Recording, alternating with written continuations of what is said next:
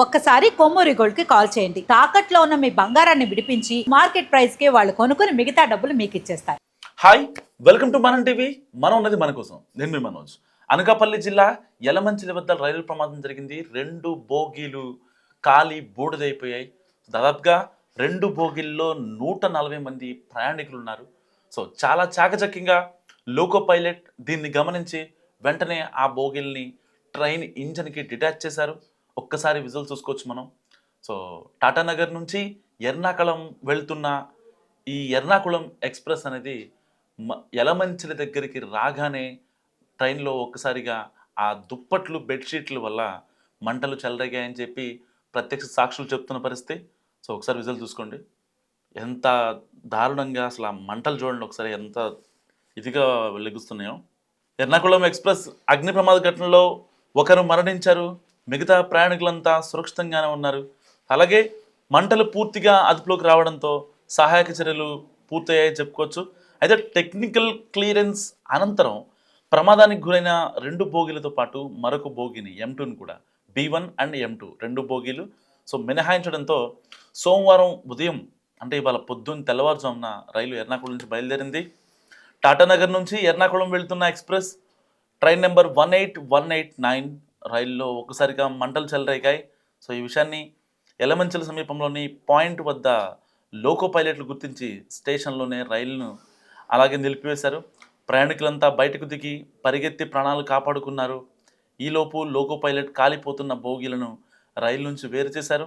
సమాచారం అందుకున్న అనకాపల్లి, యలమంచిలి, నక్కపల్లికి చెందిన ఫైర్ సిబ్బంది ఘటనా స్థలానికి చేరుకొని మంటలను అదుపులో తీసుకొచ్చారు. సో మంటల్లో 2 బోగీలు పూర్తిగా దగ్ధమయ్యాయి. ఘటనలో ఒకరు సజీవ దహనం కాగా మిగతా వారంతా సురక్షితంగా బయటపడ్డారు. తొలుత B1 కోచ్లోనే మంటలు చెలరేగినట్లు కూడా B1లో ఉన్నటువంటి ప్రయాణికులు చెప్తున్నారు. అర్ధరాత్రి 3:30 దాటిన తర్వాత రైల్వే అధికారులు కాలిపోయిన 2 బోగీలను తొలగించి ఆయా బోగీల్లోని ప్రయాణికులను మిగతా బోగీల్లో సర్దుబాటు చేసి రైలును పంపించడానికి ప్రయత్నాలు చేశారు. సో అయితే దుప్పట్ల వల్లే ఈ ప్రమాదం జరిగిందని అధికారులు ప్రాథమికంగా నిర్ధారించుకున్నారు.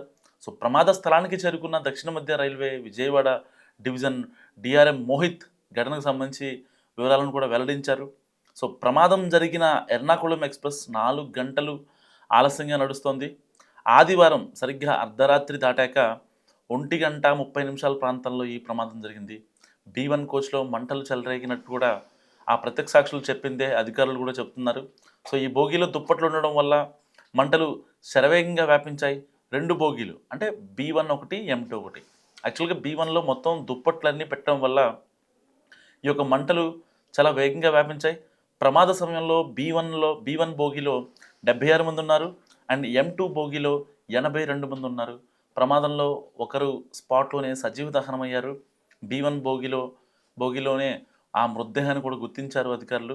సో ప్రయాణికులను ప్రత్యేక బస్సులో తరలించేందుకు ఏర్పాట్లు చేశారు అండ్ బ్రేకులు పట్టేయడం వల్లే మంటలు వ్యాపించాయని లోకో పైలట్లు చెప్తున్నారు. కానీ అధికారిక ధృవీకరణ జరగాల్సి ఉంది. సో ఈ ఘటనపై విచారణ కూడా కోరారు రైల్వే అధికారులు. సో ఇది ఇలా ఉంటే మృతుడిని విజయవాడ చెందిన చంద్రశేఖర్ సుందర్గా 70 ఏళ్ల ఒక సీనియర్ సిటిజన్గా గుర్తించారు అధికారులు. ఈ ఘటన తర్వాత చలిలో సుమారు 2,000 మంది ప్రయాణికులు స్టేషన్లోనే పడిగాపులు పడ్డారు. అనకాపల్లి, తుని, విశాఖ స్టేషన్లో పలు రైళ్లు నిలిచిపోయాయి. విశాఖ నుంచి విజయవాడ వెళ్లే రైళ్లు ఆలస్యంగా నడుస్తున్నాయి. పూరి, తిరుపతి కావచ్చు, ఈస్ట్ కోస్ట్ ఎక్స్ప్రెస్, జన్మభూమి ఎక్స్ప్రెస్, బెంగళూరు హంసఫర్ రైళ్లు వీటిల్లో ఉన్నాయి. సో ప్రయాణికులు ఈ విషయం గమనించాలని కూడా రైల్వే అధికారులు కోరుతున్నారు. సో ప్రమాదం ఎలా జరిగింది అనేది ఇంకా నిర్ధారణ కాలేదు. ఈ ఉదయం ఘటనా స్థలానికి రైల్వే సేఫ్టీ కమిటీ కూడా చేరుకుంది. సో ప్రమాద తీవ్రతను సీనియర్ అధికారులు అంచనా వేస్తున్నారు.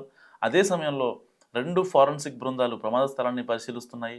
సో ఫైర్ సిబ్బంది 3 గంటల పాటు శ్రమించి మంటలను అదుపులో తీసుకొచ్చారు. సో దర్యాప్తులో FSL ఆధారాలే కీలకమని పోలీసులు చెప్తున్నారు. అయితే ప్రయాణికులు ఆరోగ్య పరీక్షలు జరిపి సురక్షితంగా ఉన్నారా లేదా అని కూడా నిర్ధారించుకున్నారు అధికారులు. సో ప్రత్యేక బస్సుల్లో రైల్వే స్టేషన్ తరలించి యలమంచిలి నుంచి వైజాగ్ తరలించి అక్కడ నుంచి ప్రత్యామ్నాయ ఏర్పాట్లు చేసి వాళ్ళందరినీ పంపించినటువంటి సిచ్యువేషన్. సో ఏదైనప్పటికీ అర్ధరాత్రి సమయంలో ఇలా జరుగుతుందని అసలు ఎవరూ ఎక్స్పెక్ట్ చేయలేదు. ఎందుకంటే అక్కడున్న ప్రత్యక్ష సాక్షులు చెప్తున్న దాని ప్రకారం B1లోనే మొదట మంటలు చెలరేగాయని చెప్తున్నారు. సో ఏదైనప్పటికీ యలమంచిలి వద్ద ఎర్నాకుళం ఎక్స్‌ప్రెస్‌లో మంటలు చెలరేగడం కలకలం రేపింది. ఈ నేపథ్యంలో వైజాగ్ నుంచి విజయవాడ వైపు వెళ్ళే పలు రైళ్లతో పాటు విశాఖకు రావాల్సిన మరికొన్ని రైళ్లు కూడా ఆలస్యంగా నడుస్తున్నాయి. లైక్ పూరి తిరుపతి ఎక్స్‌ప్రెస్ కావచ్చు, east coast, Bengaluru Humsafar, Uday express, Shalimar Challapalli, Visakha Lingampalli, Visakha Guntur ఇవన్నీ 4 గంటలు ఆలస్యంగా నడుస్తున్నాయి.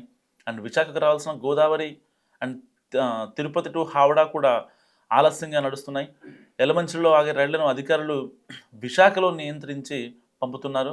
యలమంచిలిలో స్టాప్ లేని వాటిని యథావిధిగానే పంపించేస్తున్నారు. And Vande Bharat, Janmabhoomi super fast రైళ్లు విశాఖ నుంచి యథావిధిగానే బయలుదేరాయి. సో పలు రైళ్లు ఆలస్యంగా నడుస్తుండడంతో అనకాపల్లి రైల్వే స్టేషన్లో ప్రయాణికులు అవస్థలు పడుతున్నారు. సింహాద్రి, జన్మభూమి ఎక్స్‌ప్రెస్‌ల కోసం పెద్ద ఎత్తున నిరీక్షిస్తున్నారు. యలమంచిలిలో జనరల్ టికెట్లను రైల్వే అధికారులు ఇప్పటికే నిలిపివేశారు. సో ప్రత్యామ్నాయ ఏర్పాట్లు చేసుకోవాలని కూడా ప్రయాణికులకు సూచిస్తున్నారు. సో రైలు ప్రమాద నేపథ్యంలో పలు స్టేషన్లలో హెల్ప్ లైన్ నంబర్లను కూడా దక్షిణ మధ్య రైల్వే అధికారులు ఏర్పాటు చేశారు. రైళ్ల సమాచారానికి అంటే వైజాగ్ నుంచి ఇటు విజయవాడ, తిరుపతి, చెన్నై వెళ్ళే ట్రైన్లు కావచ్చు, అండ్ వైజాగ్ నుంచి ఇటు మిర్యాలగూడ, కాజీపేట, హైదరాబాద్‌కు వచ్చే ట్రైన్స్ కావచ్చు, వాటికి సంబంధించి పూర్తి వివరాలు అందజేయడం కోసం ఆయా స్టేషన్లలో హెల్ప్ లైన్ నెంబర్లు కూడా ఏర్పాటు చేశారు.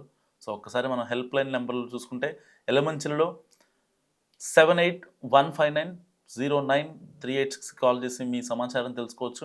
అండ్ అనకాపల్లి నుంచి వెళ్ళే వాళ్ళు ఎవరైనా ఉంటే ట్రైన్ యొక్క సమాచారాన్ని కావాలనుకుంటే కనుక 7569305669 నెంబర్కి కాల్ చేయొచ్చు. ఇటు విజయవాడ వైపు వచ్చే ట్రైన్స్ ఏవైతే వాటి గురించి తెలుసుకోవాలంటే 08626575167 నెంబర్కి కాల్ చేయాల్సి ఉంటుంది. ఏదైనప్పటికీ తెల్లవారుజామున జరిగిన ఈ ఘటన నిజంగా కలకలం రేపుతుంది. సో 2 బోగీలు పూర్తిగా కాలిబూడిదయ్యాయి. ఒకరు మరణించగా చాలామంది గాయపడ్డారు. సో అంటే ప్రాణ నష్టం తగ్గినప్పటికీ అంటే ఆ టైంలో ఒకవేళ ఇంకేమన్నా ఎక్స్‌ట్రీమ్ అయ్యి ఉంటే, ఎందుకంటే B1, M1 అనేవి ఏసీ బోగీలు కాబట్టి ఆ యొక్క బెడ్‌షీట్ల వల్లే మంటలు చెలరేగి ఒకవేళ ఇంకేదైనా ఎక్కువ ప్రాణ నష్టం జరిగి ఉంటే చాలామంది కుటుంబాలు ఇవాళ రోడ్డున పడేవి అండ్ గుండెలు అవిసేలాగా ఏడ్చేవి. సో ఏదైనప్పటికీ ఒక రకంగా చాలా తక్కువ ప్రాణ నష్టం జరిగిందని చెప్పాలి. ఈ ఘటన గురించి మీరేమనుకుంటున్నారు? మస్ట్ కామెంట్ చేయండి. చూస్తుండండి మనం టీవీ.